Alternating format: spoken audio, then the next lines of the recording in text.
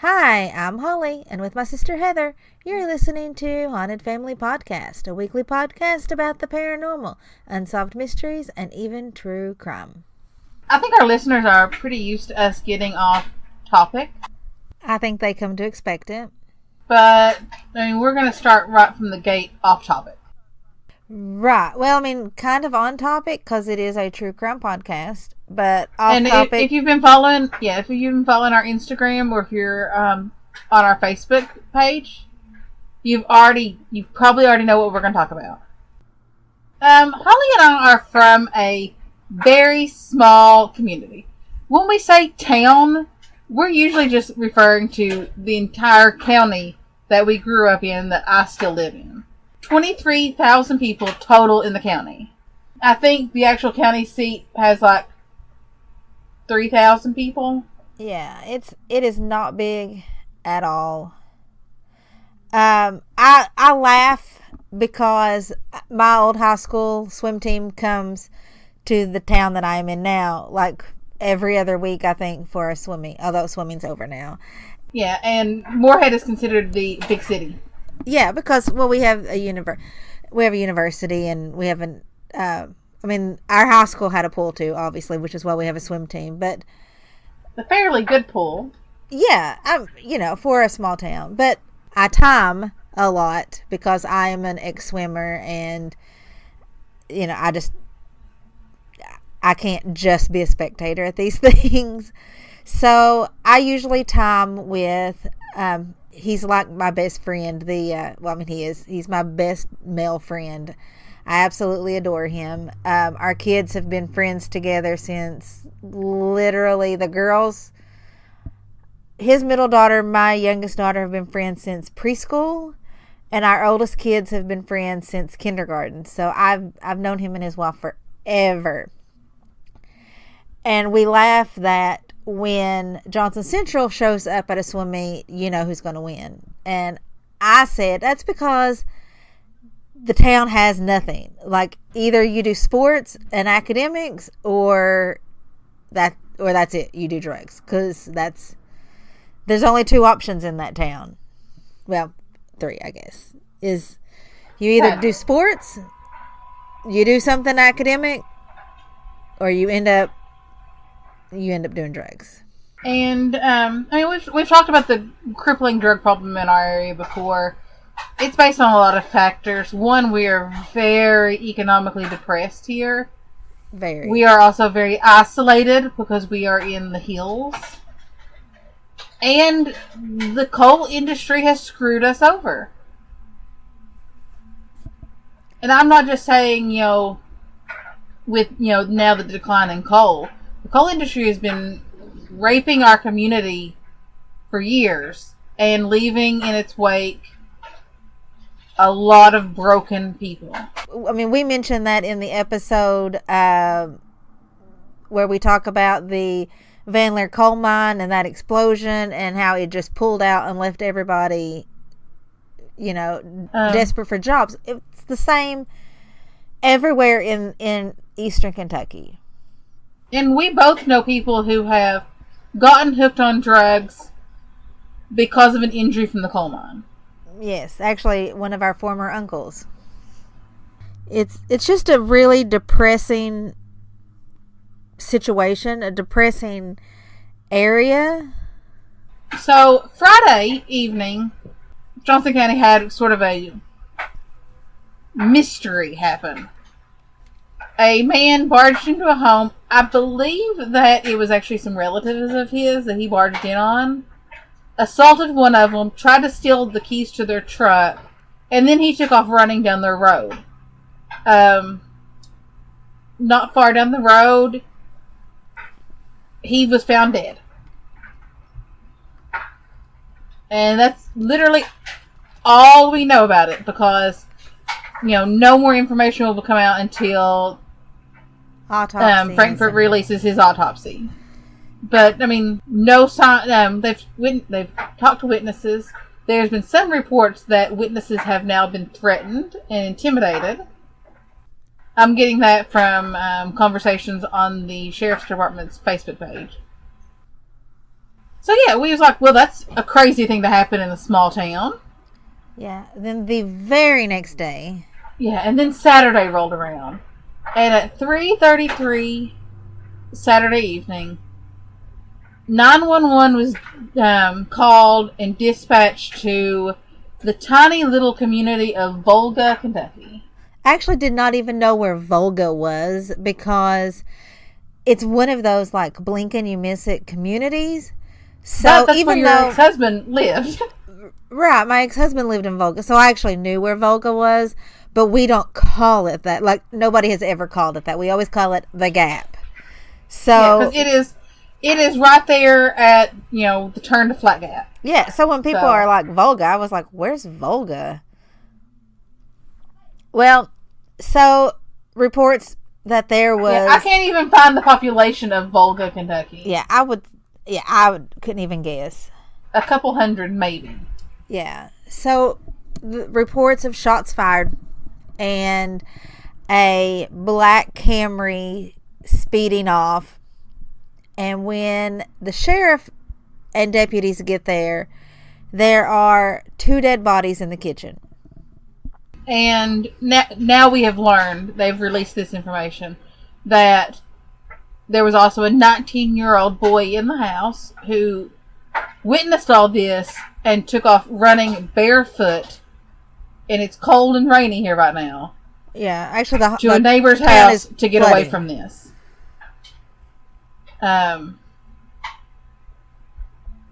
While cops were at this scene, working this scene, our sheriff, he is a retired state trooper. He immediately called Kentucky State Police in because he was like, we knew when we got there and saw 2 dead bodies in the kitchen floor that this was going to be too much for our little sheriff's office to handle. I mean, this is that we needed the resources of the state.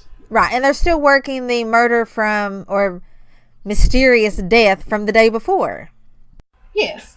I mean, in this community, literally this might be what you get, the one death in 6 months. Hold on, I'm going to see when our last murder was in Johnson County. It was several years ago.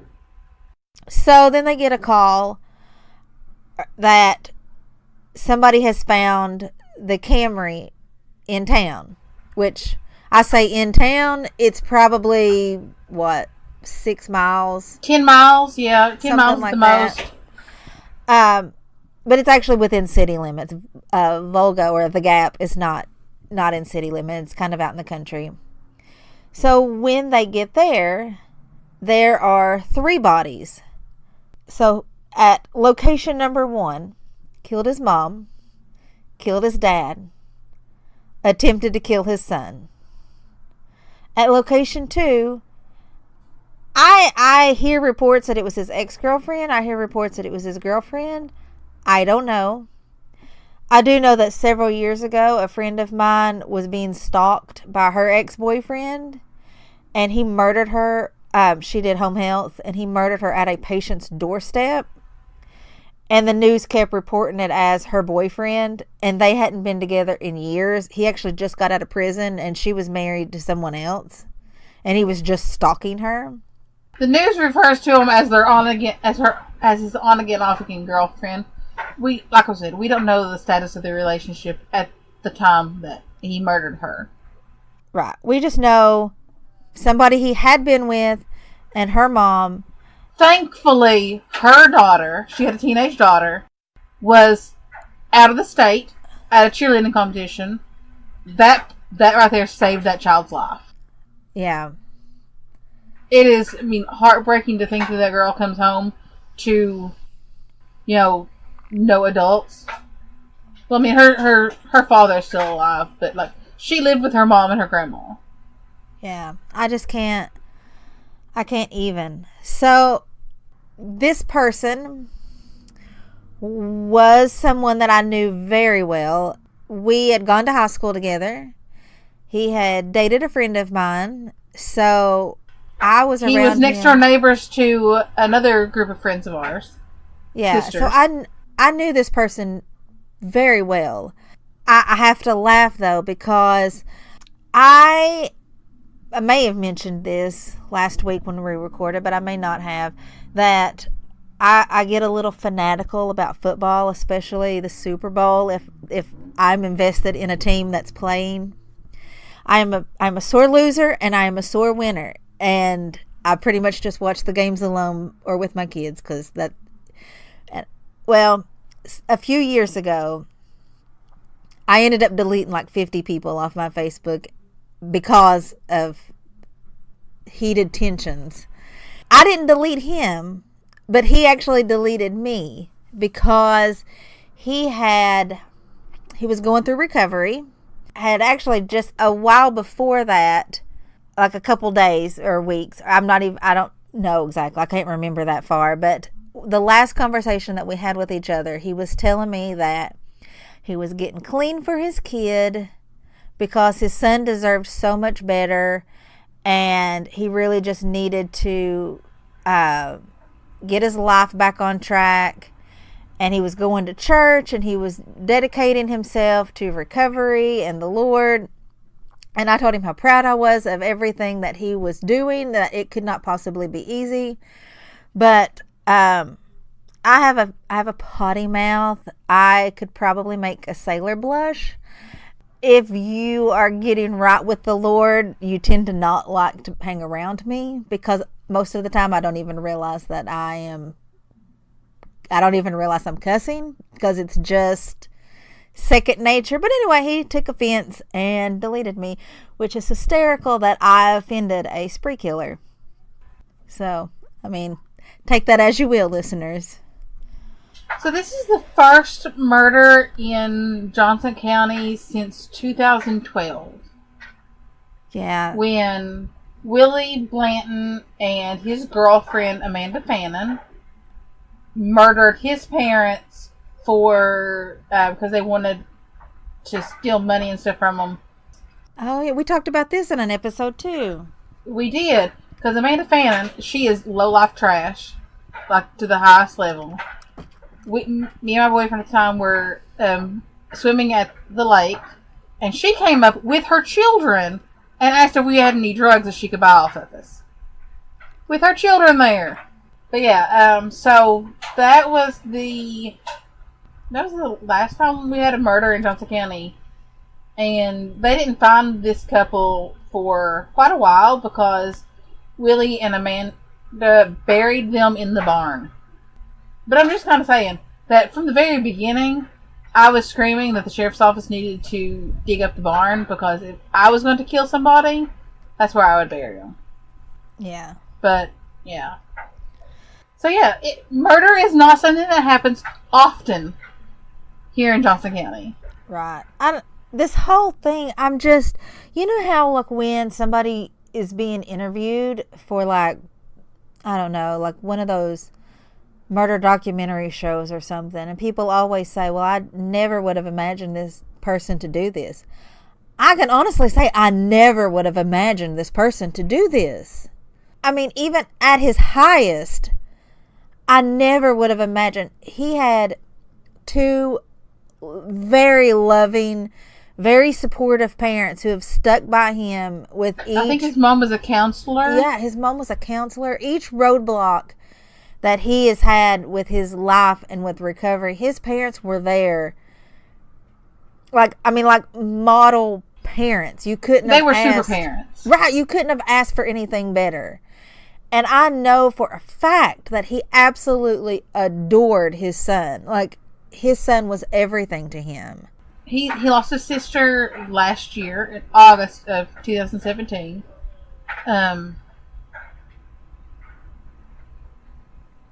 You can read a lot of rumors on Facebook and on Topics. Topics is the armpit of the internet. Ugh, I avoid it. It's trash. Her obituary says she died of a prolonged illness. I personally believe that it was probably drugs. I know she had been arrested numerous times for drug possession, but that's just speculation. That took a major toll on him. Yeah. But probably was not what triggered this. Right. Well, I was talking today with that same friend that I time with at swimming. I was talking to him about this case because he's a drug treatment counselor. Like, that is his job, is he deals with addiction all day long.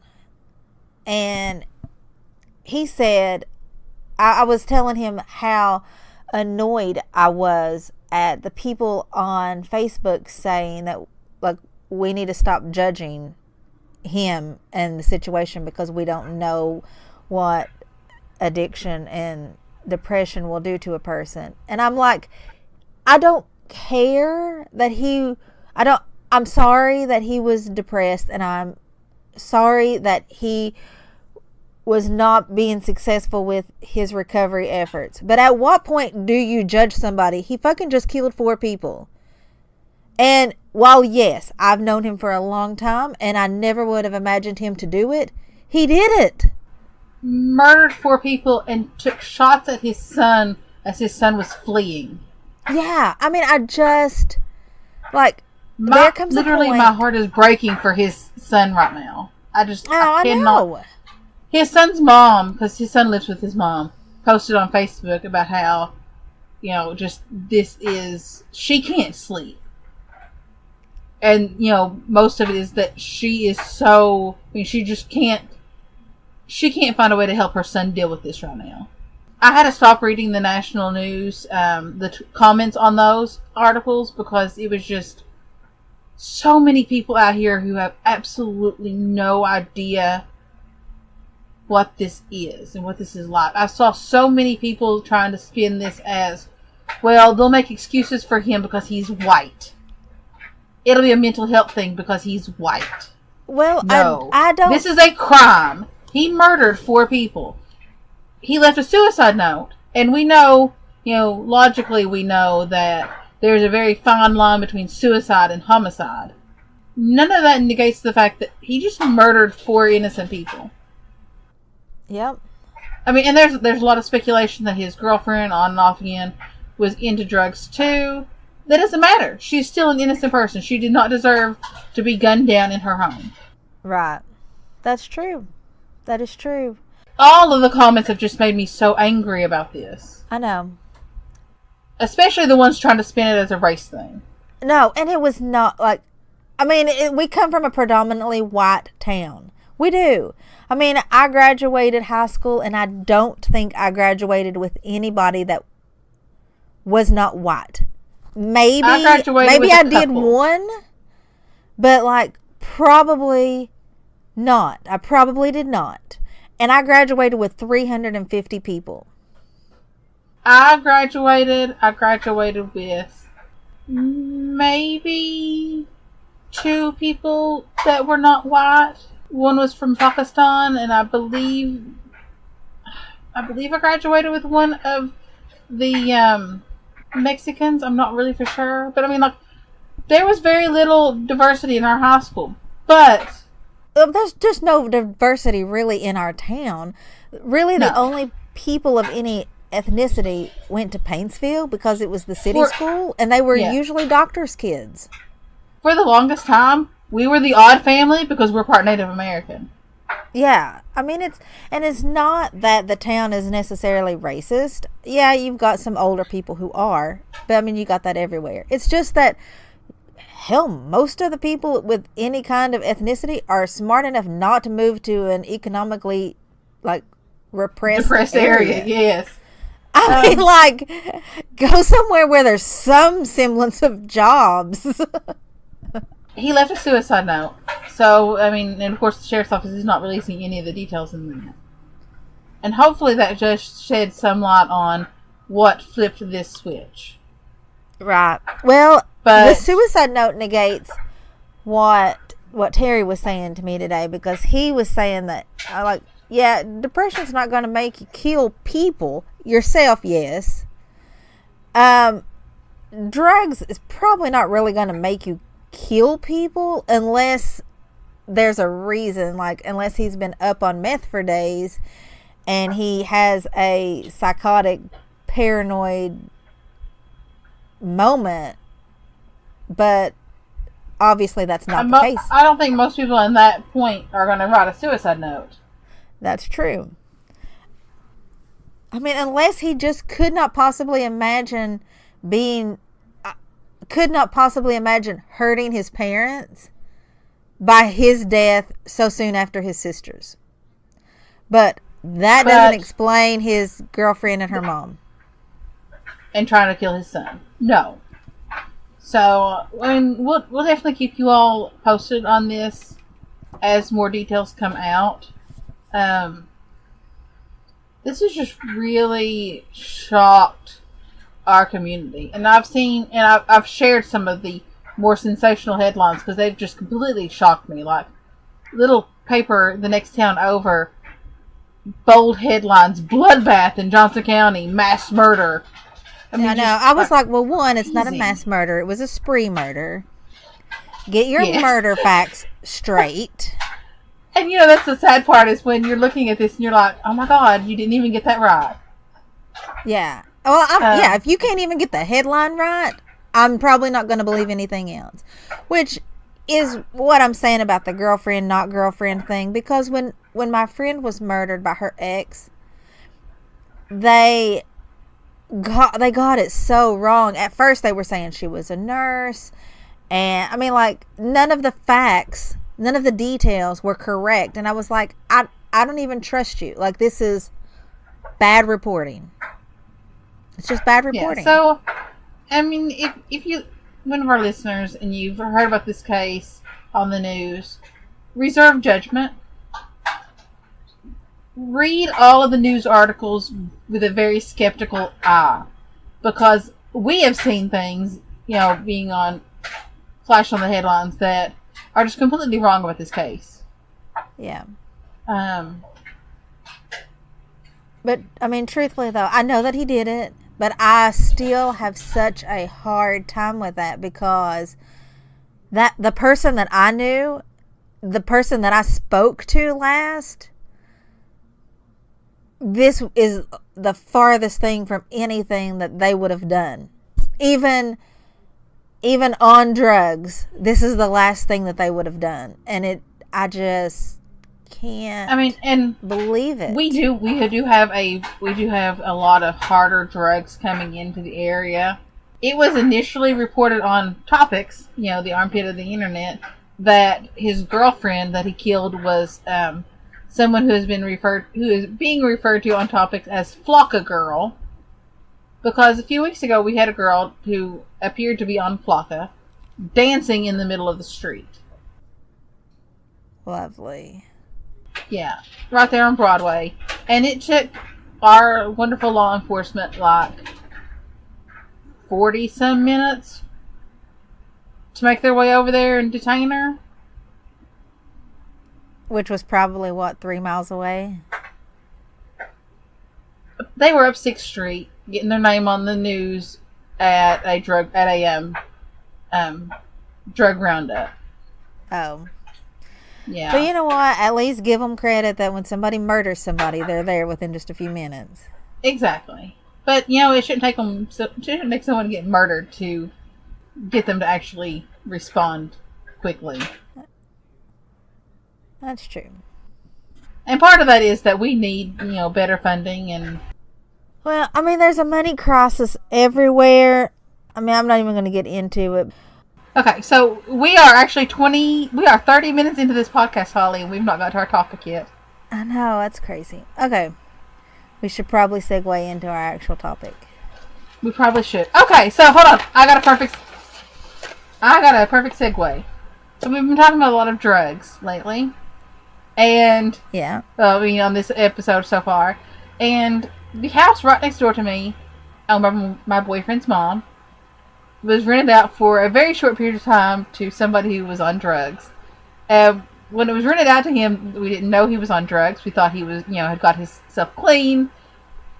And then he started asking me all these questions about, is this house haunted? Because I keep seeing shadow people.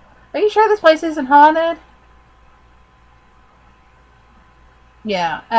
Sometimes as part of being on drugs, you can have hallucinations. And one of the common hallucinations is shadow people. And Shadow People is actually what we're talking about today. This is probably going to be a long ass episode. Yes. Yeah, Holly, I think that you really should start by talking about the shadow person who plagued your second ex-husband. Yeah, actually, okay. So, not to get completely off topic again, but also to get off topic again. This has been a long week, like since we recorded last, and it's not actually even been a full week since we recorded last. No. And in that time, I took Abby to get a tattoo because she's been wanting one forever, and it was an Adam, and she found she didn't find the place. Like, she wanted to use some other place, and our friend's daughter, the friend who took us to the mushroom mine, his daughter got a tattoo, and it was gorgeous, and I asked her where she got it, and she told me. And so I sent that information to Abby, and I was like, hey, why don't you check out these people, because this looks really good, even though it means that I would be driving.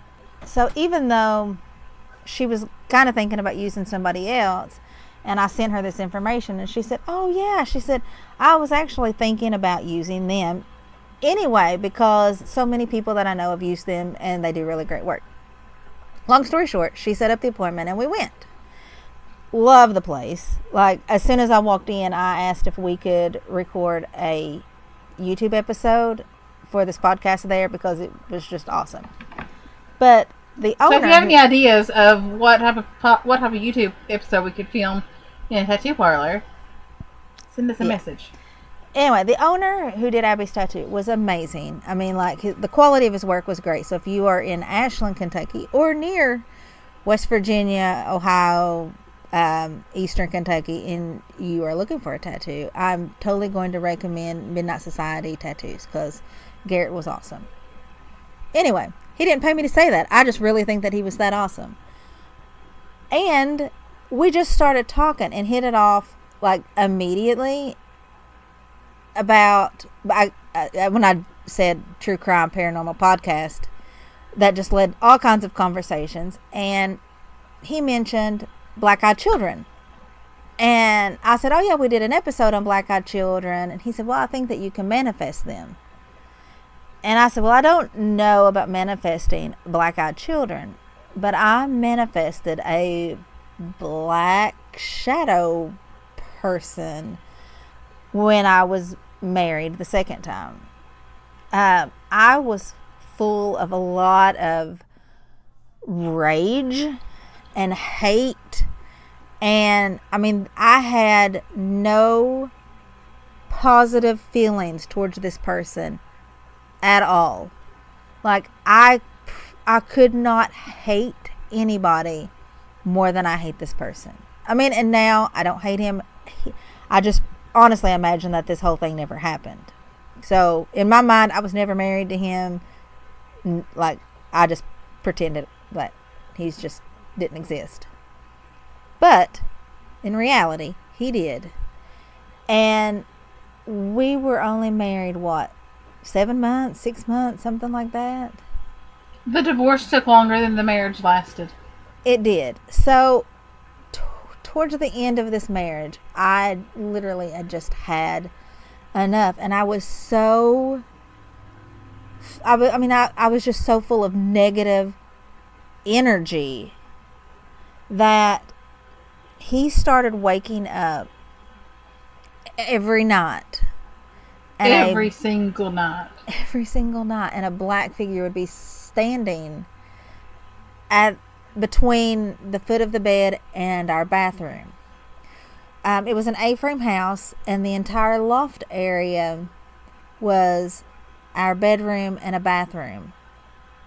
But we had a catwalk and then a glass wall. So, like, we got all the light from the bottom and the open area of the house, but it was actually just a separate room up there.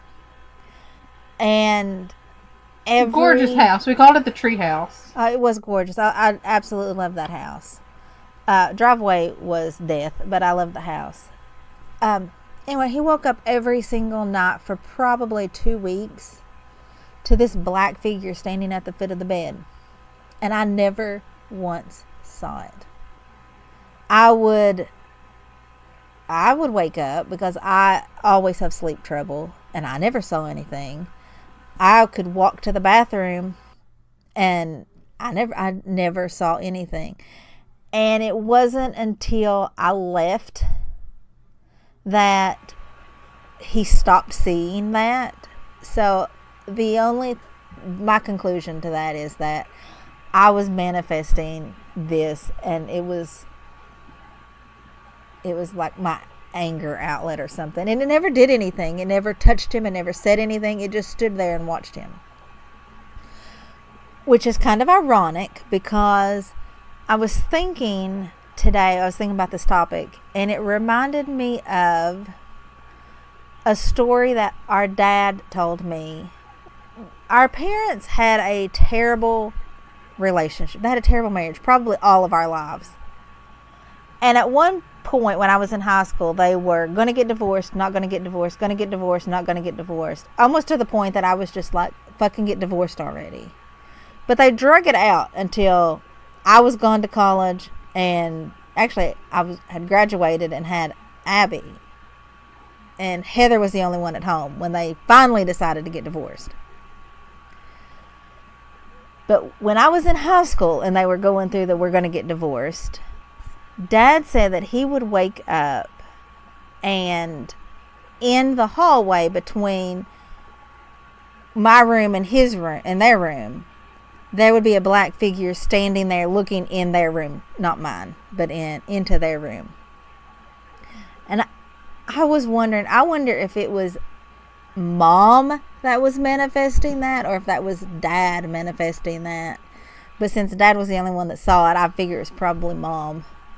I don't know, but I will tell you that around that same time is when I started being absolutely tortured by some spirit in that house.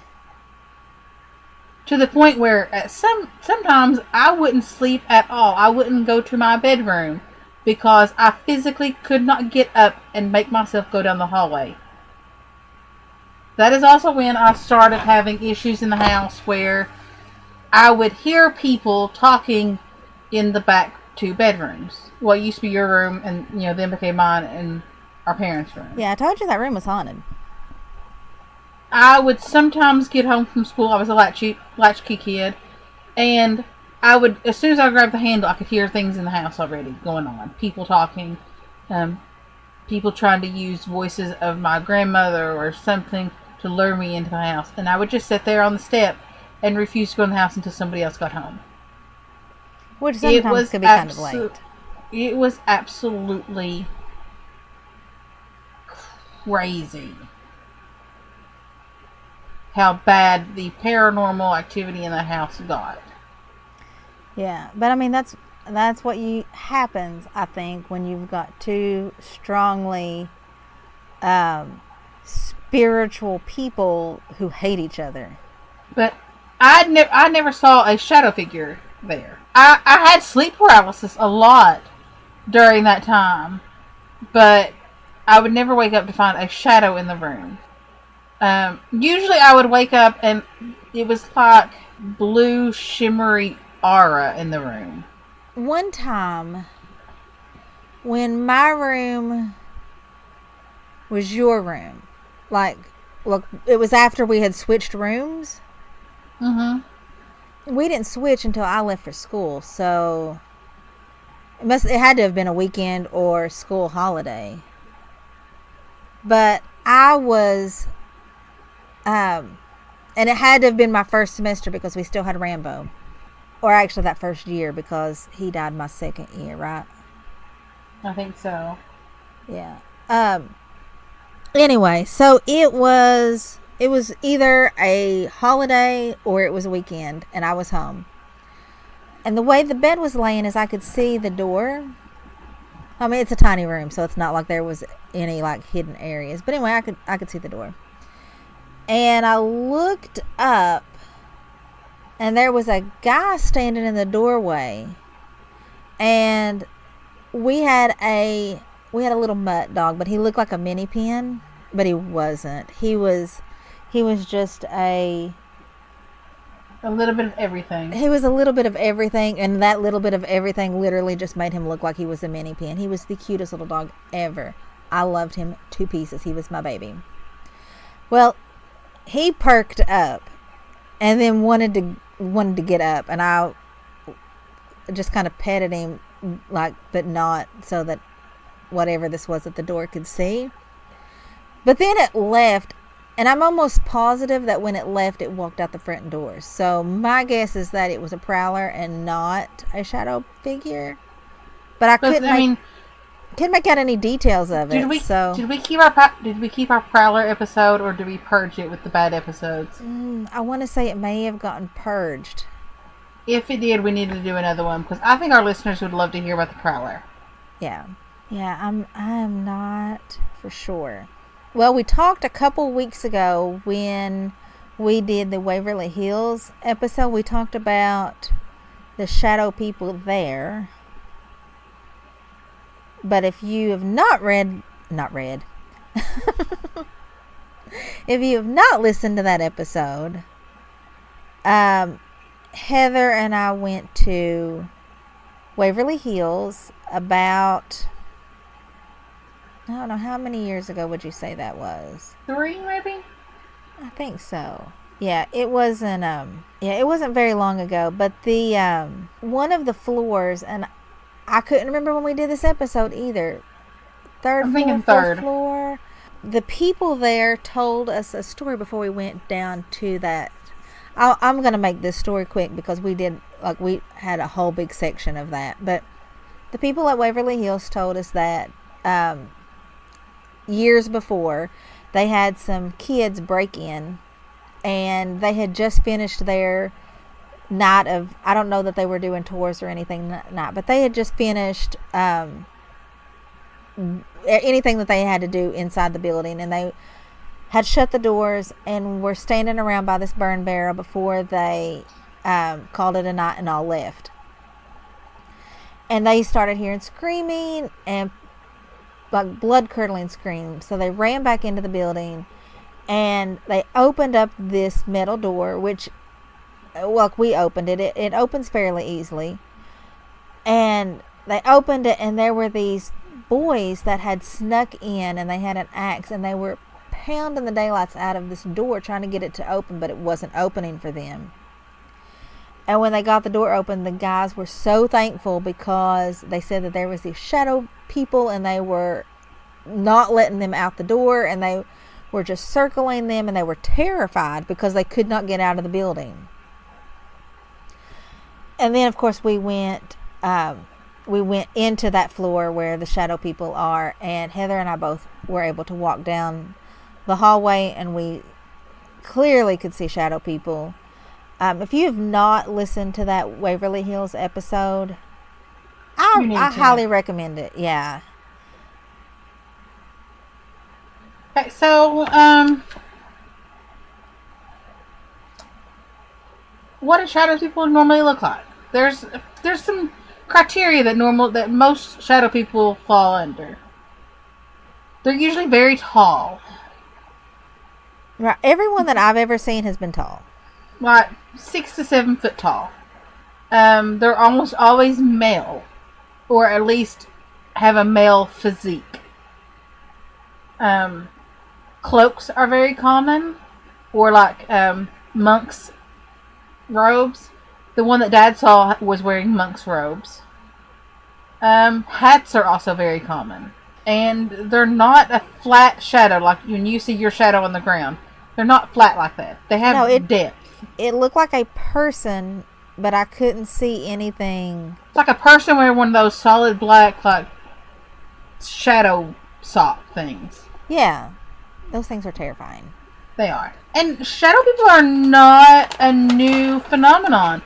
We have records dating back to 600 BCE where the Egyptians believed in shadow people.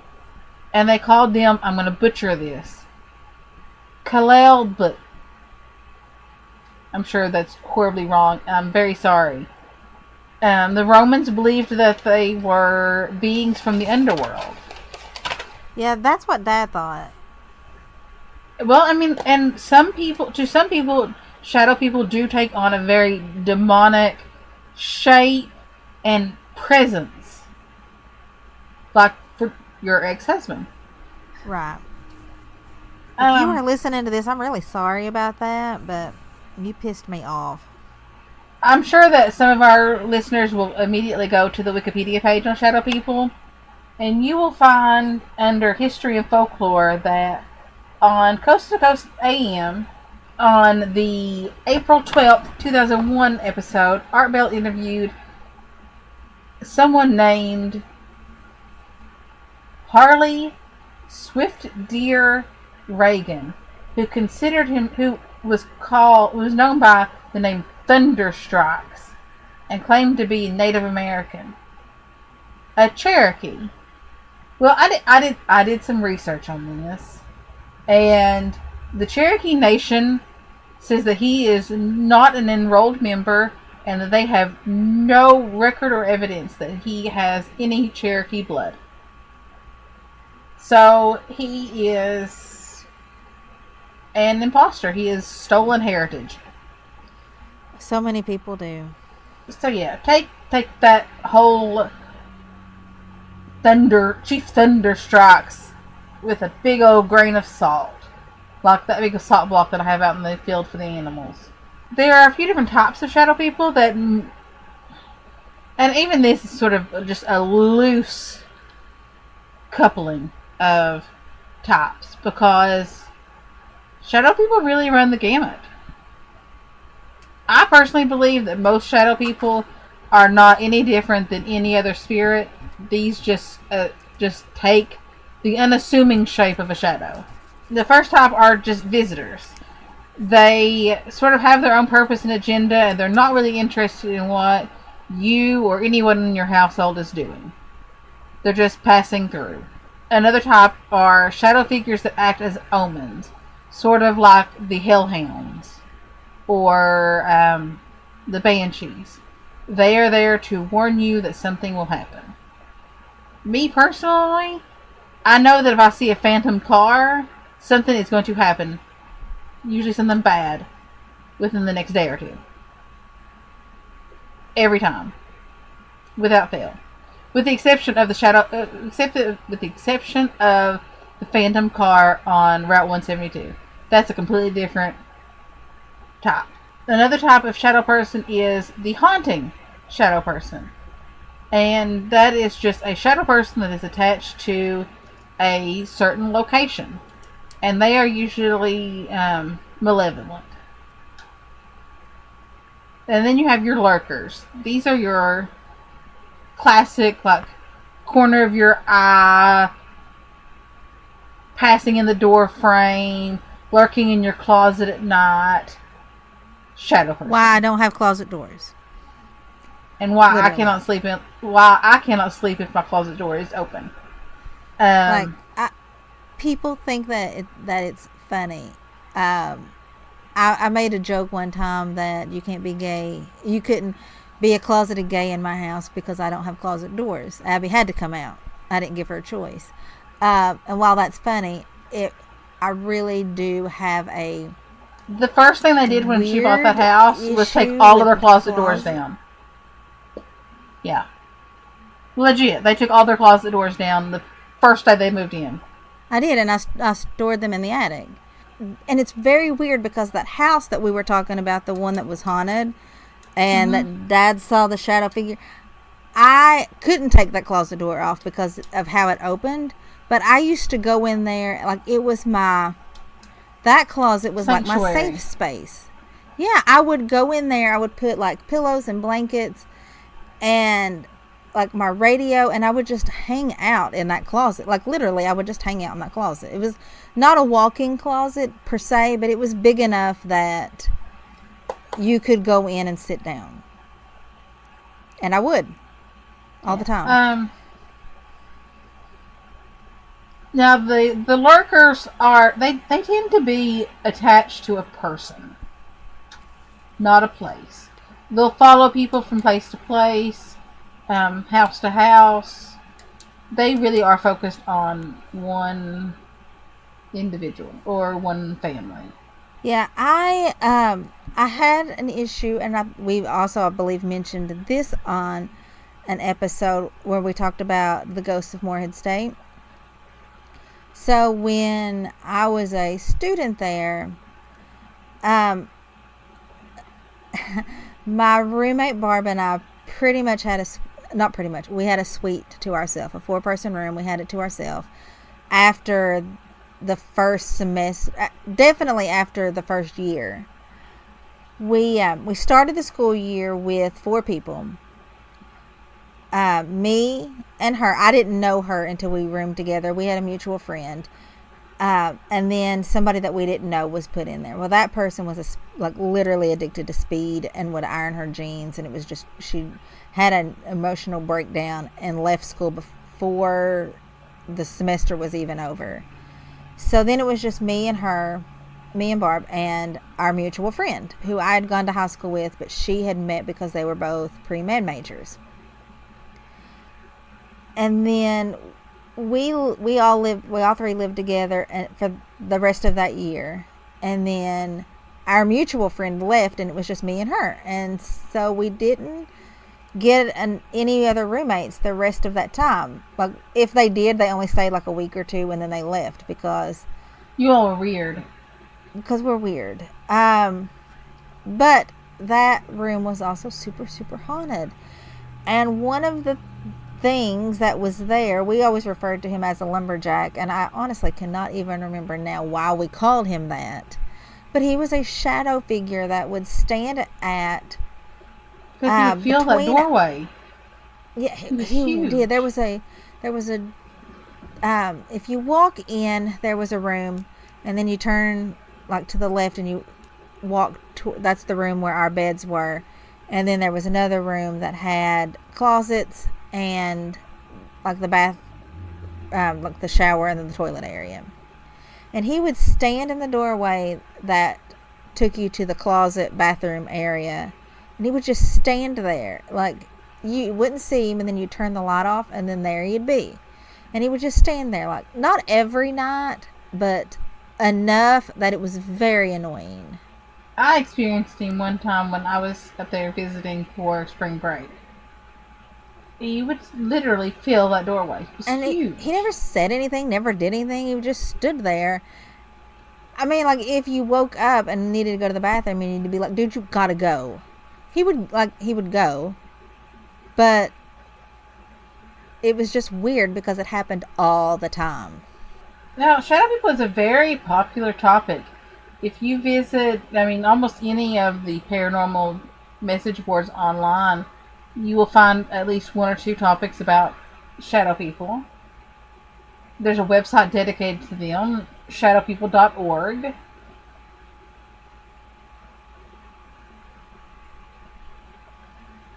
And there's a Reddit subforum dedicated to shadow people. It's very hot topic because so many people have experienced shadow people. Honestly, I would love to hear from our listeners if any of them have had experiences with shadow people. So, right now, stop everything what you're doing, well, except for listening to this. If you've had an experience with a shadow person, write up your story and send it to us at hauntedfamilypodcast@gmail.com. Yeah, because we totally want to hear it. And I went back through all of our episodes, Heather. Mm-hmm. And I couldn't access them on the podcast app, and I don't know why. But if you go to our website, hauntedfamilypodcast.com, the Prowler episode that we were talking about is episode 1. But I'm going to warn you that was when we were just getting started, and it's a terrible quality episode, so just be forewarned. We definitely need to redo that. I think we've actually got every spot filled up for this year, so maybe next year. So, I mean, shadow people have been known to be aggressive. Some people claim they've been attacked by shadow people. I've never been attacked by a shadow person. That does not mean that, I can rule out that shadow people never attack. I definitely have been in the presence of a shadow person who had a very heavy, dark, almost violent presence about them. I never, other than just seeing it in, the doorway or whatever, that really is the extent of my and at Waverly Hills. That's really my only interaction with shadow people. So thank God, never had an experience like the boys at Waverly Hills. But you know what? I will still say that I think that they were more protective of their space. I will say that even if I had an experience like those boys at Waverly Hills, it would still not terrify me as much as, and I say this on almost every episode, what humans can do to each other. Truth. And I was really thinking about that this week when he murdered his parents and girlfriend, ex-girlfriend, and her mom. That humans are cruel people. We do such horrible things to each other. And I was reading that his on-again, off-again girlfriend had 3 children. One was a high school student. And she was about to become a grandma for the first time. Oh. Yeah. So, humans are horrible people. We do nasty things to each other. And that is way more scary than the thought of being attacked by a shadow person. Yeah. So I was going to add something to that, but I think I will hold off until we do. We have an episode planned for stalking later this year, and I think I will hold off on my story until then. Yeah. Stalking episode should be a good episode. Yeah. Normally we don't give our listeners sneak peeks into upcoming episodes, but... I know, but I didn't say when it was. I just said that was a topic, and I didn't even get into detail. It is a topic. We've actually wanted to do that last year, but our schedule filled up pretty quick, so... So, is that all we've got for shadow people? I think we could definitely go on, but there's just so much speculation. Yeah. I mean, like most with the paranormal, no one is an expert in the paranormal. We cannot tell you absolutely 100% that all shadow people are demons. They're not. Right. We can't tell you that aliens. They're absolutely 100% aliens. Because aliens is one of the suggestions that what they are.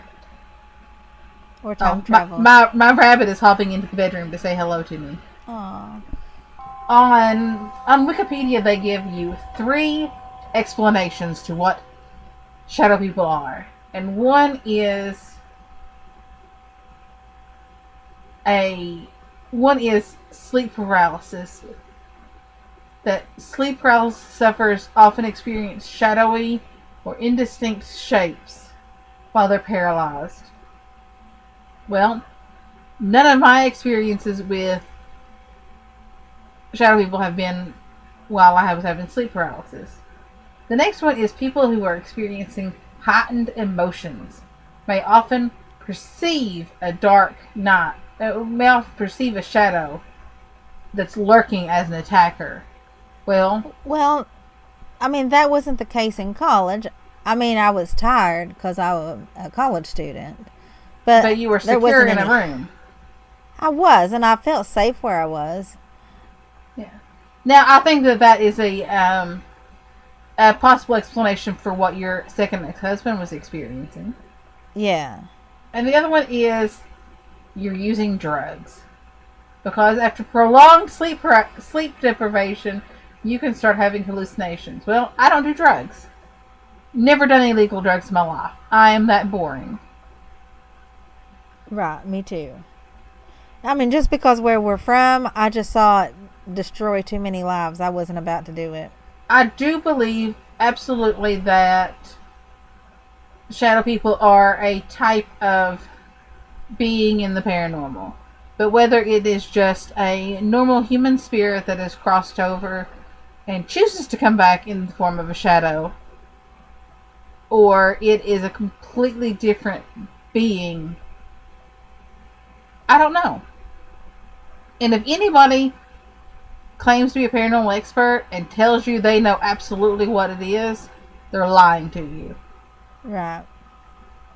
Because we do not have the understanding and the technology at this point in time to know for certain what it is. I believe that at some point in time we will. At some point in time, science will catch up to this, and we will be able to come up with some, if not absolutes, we will be able to come up with some very, very good recreatable theories that, we can test and we can get consistent results on. Right. Right at this point in time, we don't have the capability.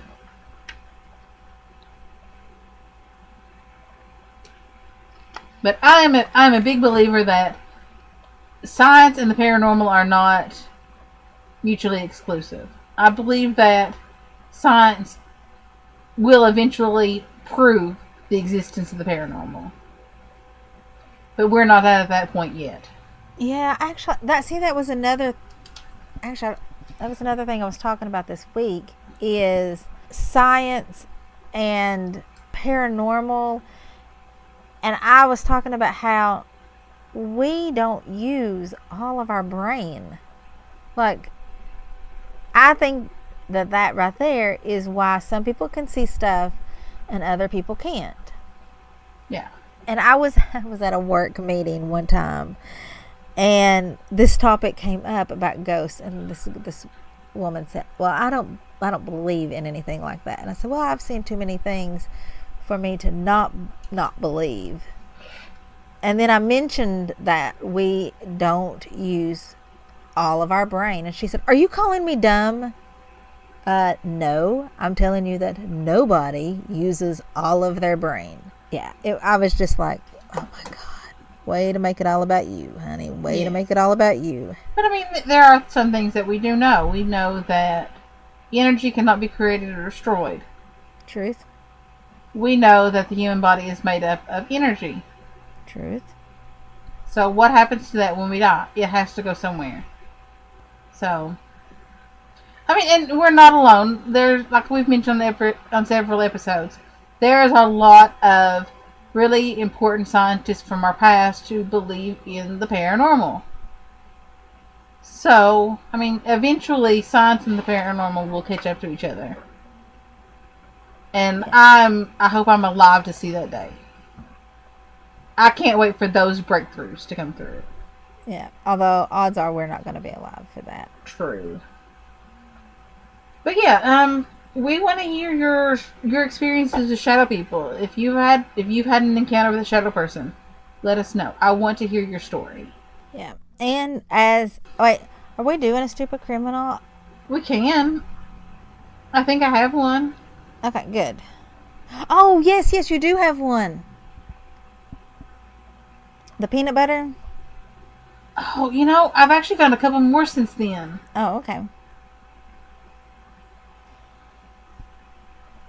This one is kind of sad, but not really sad. It's funny, but also kind of sad. How many of you all have heard of porch pirates? That's a fancy, sophisticated name for those idiots who steal crap off your porch. Oh, see, I didn't know that. Yeah. And honestly, one, I hate a thief. And two, I hate someone who's going to get up on my porch and steal my stuff. Well, thankfully, that's never happened to me, and I order a lot. Yeah. Well, Rosalinda Vizina is an entomologist. She deals with bugs. And she ordered 100 cockroaches Gross. for a study that she's doing. And someone stole her cockroaches. A porch pirate stole her cockroaches off her porch. Did they return them? No. So she's like, it's kind of sad because I'm just picturing that someone needs to throw these in the trash where I've stomped on all of these cockroaches who didn't deserve that. Oh. From time to time, we will order large quantities of, never cockroaches, but we'll order like large quantities of crickets or live mealworms. We feed them to our animals. We also, breed them to feed to our animals. So if we need like a little uptick in our production, we'll order some more. And thankfully, the person who delivers them never just leaves them on our doorstep. He actually physically puts them in our hands to make sure that these live animals, even if they are creepy crawlies, is going to a person. That's crazy. But yeah, I just... Yeah. People are crazy. Don't steal crap off people's porches. It's bad. If you didn't buy it, it ain't yours. And if you do, you might just get cockroaches. Yes.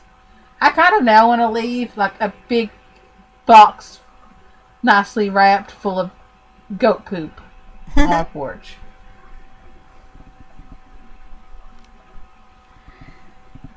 Well, this has been an interesting episode. It has been, and we started off on a really heavy note. So if you would like to start your own podcast, you can sign up with Podbean, who we love so very much, and we talk about them every single episode because literally we could not do this podcast without them.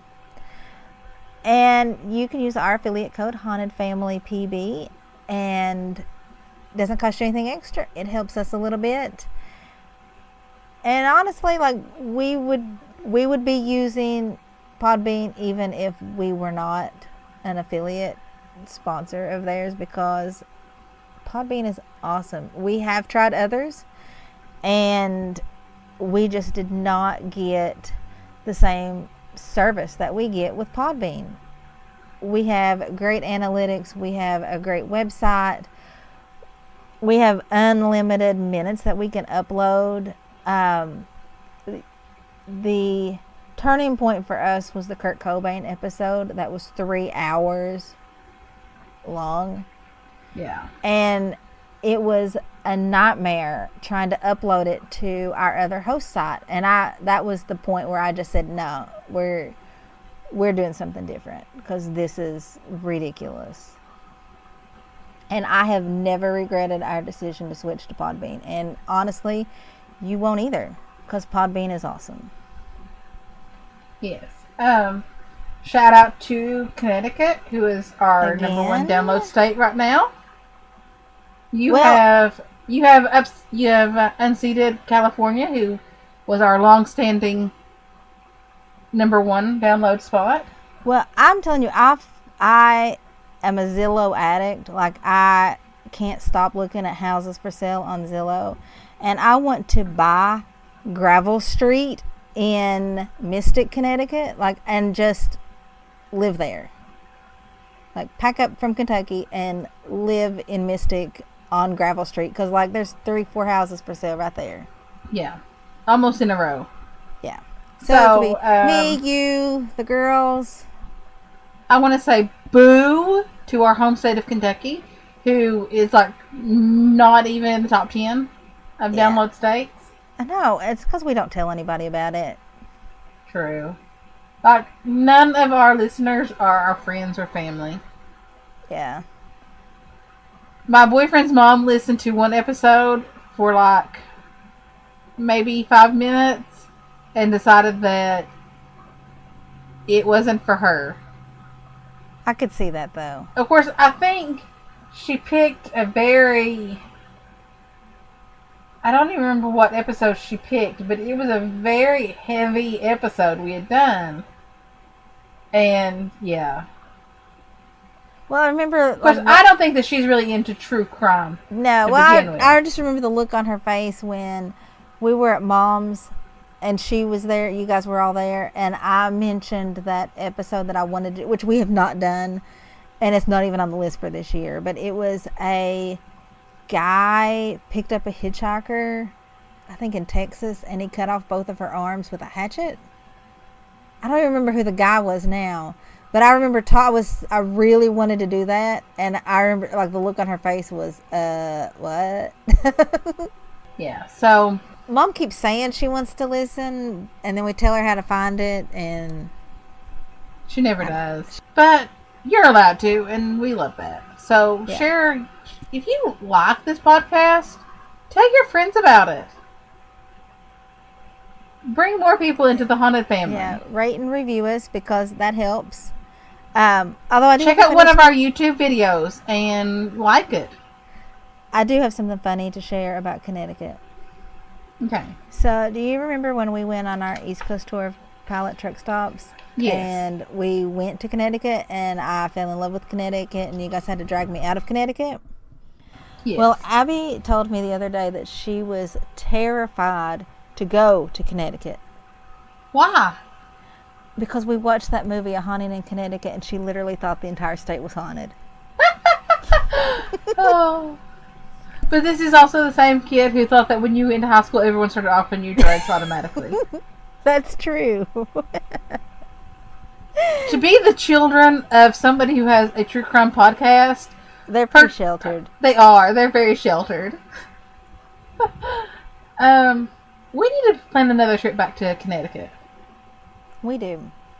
Actually, our dear friend Luann of Whaling City Ghosts invited us to come back to, let me see if I can find when it is, because our listeners might want to know about this, if I can find where she posted it. In May, her and Whaling City Ghosts, which is the paranormal investigation group that she founded, will be doing some ghost tours. And she's having such a hard time finding people to help with the tours. She's like, can you and Holly please come up and help me? Oh, I would love to. I would too. May is a rough month for us. Yeah, Abby's graduating high school and Emmy's graduating middle school, and we'll have choir concerts and band concerts, and yeah. But when she gets her flyers out for this, we'll share it on our Instagram so that any of our listeners in the Massachusetts area can stop in and visit the amazing Luann. Yeah, and tell her that we sent you. Yeah, and if you have a paranormal, if you have a problem with paranormal and you are around, the New Bedford area, give us a shout out and we will get you in touch with her group. Because she is amazing. Right. Yeah. Well, I think this was a good episode. It was. Solid episode. So, anyway, thanks for listening, and we will see you next week. Bye. Bye.